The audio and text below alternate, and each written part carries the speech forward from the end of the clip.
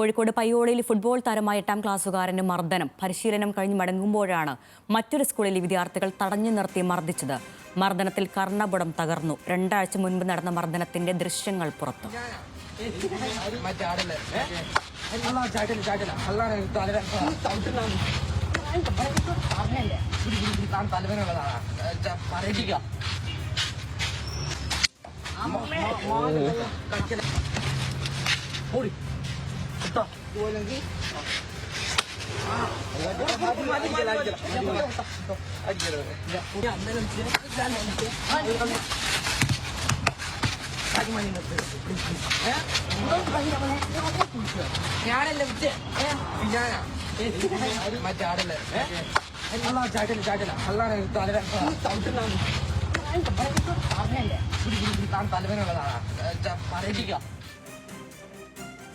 വിവരങ്ങളുമായി കോഴിക്കോട് നിന്ന് അനൽക്ക സേതേമ്പിയുണ്ട്. അനൽക്ക, ഈ ദൃശ്യങ്ങളിൽ കാണുന്നത് അല്പം അസ്വസ്ഥപ്പെടുത്തുന്ന ദൃശ്യങ്ങളാണ്. ചെറിയ കുട്ടിയാണെന്ന് തോന്നുന്നു.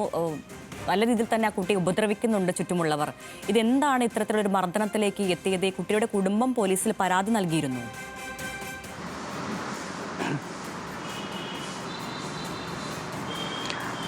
അരുണ്യ, അതായത് 2 ആഴ്ച മുമ്പാണ് ഇത്തരത്തിൽ കോഴിക്കോട് പയ്യോളിൽ, അതായത് 8ാം വയസ്സുകാരനായിട്ടുള്ള ഒരു ഫുട്ബോൾ കളിക്കുന്ന ഒരു വിദ്യാർത്ഥിയെ പരിശീലനത്തിന് പോകുന്നതിനിടയിൽ, അതായത് മറ്റൊരു സ്കൂളിൽ ആ സമീപ പ്രദേശത്തെ മറ്റൊരു സ്കൂളിൽ വിദ്യാർത്ഥികൾ കൂട്ടയും ചേർത്ത് ആക്രമിക്കുന്നത്. ഇതുമായി ബന്ധപ്പെട്ട് ഈ കുട്ടിയുടെ ചെവിയുടെ കർണപുടം തകർന്നിട്ടുണ്ട്. ഇതുമായി ബന്ധപ്പെട്ട് നമ്മൾ മനസ്സിലാക്കിയ കാര്യങ്ങൾ എന്ന് പറയുന്നത്, ഈ വിദ്യാർത്ഥി സ്ഥിരമായിട്ട് ഫുട്ബോൾ പരിശീലനത്തിന് അല്ലെങ്കിൽ പോകുന്ന സമയത്ത് ഈ കുട്ടികൾ, അതായത് ആ സമീപത്തെ മറ്റൊരു സ്കൂളിൽ പഠിക്കുന്ന വിദ്യാർത്ഥികൾ ഈ വിദ്യാർത്ഥി ഒഴിഞ്ഞൊരു സ്ഥലത്തേക്ക് കൊണ്ടുപോയിട്ട് മർദ്ദിക്കുകയായിരുന്നു. ഈ മർദ്ദിച്ച കുട്ടികൾ തന്നെയാണ് ഈ ദൃശ്യങ്ങൾ പകർത്തി സോഷ്യൽ മീഡിയയിലൂടെ അടക്കം പ്രചരിപ്പിച്ചത്. ഇതുമായി ബന്ധപ്പെട്ട് ഈ കുട്ടിക്ക്, ഈ മർദ്ദനമേറ്റ കുട്ടിക്ക് ചെവിക്കും അതോടൊപ്പം തന്നെ ശരീരത്തിൻ്റെ ചില ഭാഗങ്ങളിലും പരിക്കേറ്റുണ്ടെന്ന വിവരമാണ് ഇപ്പോൾ നമുക്ക് ലഭിക്കുന്നത്.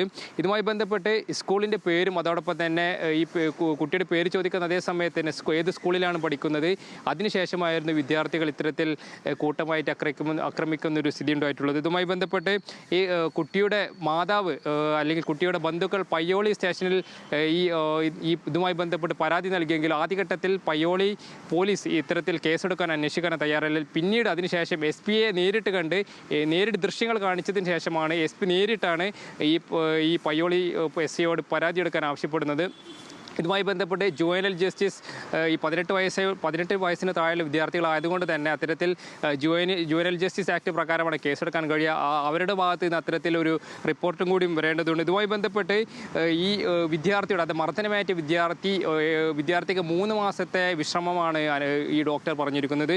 അതായത് പൊടിയോ അതോടൊപ്പം തന്നെ വലിയ രീതിയിലുള്ള ശബ്ദങ്ങളോ ശരീരം വലിയ രീതിയിൽ ഭാരമുള്ള പണികളോ ഒന്നും എടുക്കരുതെന്നാണ് ഈ മർദ്ദനമേറ്റ വിദ്യാർത്ഥിയോട് ഡോക്ടർ പറഞ്ഞിട്ടുള്ളത്. ഈ നിലവിൽ 3 മാസത്തെ വിശ്രമമാണ് ഈ കുട്ടിക്ക് അനുവദിച്ചിട്ടുള്ളത്. ഇതുമായി ബന്ധപ്പെട്ട് നിലവിൽ 13 ദിവസത്തിന് ശേഷമാണ് ഇതിൽ കേസെടുത്തിട്ടുള്ളത്. ഇതിൽ പോലീസിന്റെ ഭാഗത്ത് നിന്ന് വീഴ്ച ഉണ്ടായിട്ടുണ്ടെന്ന ഒരു ആരോപണമാണ് ഈ മർദ്ദനമേറ്റ കുട്ടിയുടെ മാതാപിതാക്കളൊക്കെ തന്നെ ആരോപിക്കുന്നത്. അരുണ്യ,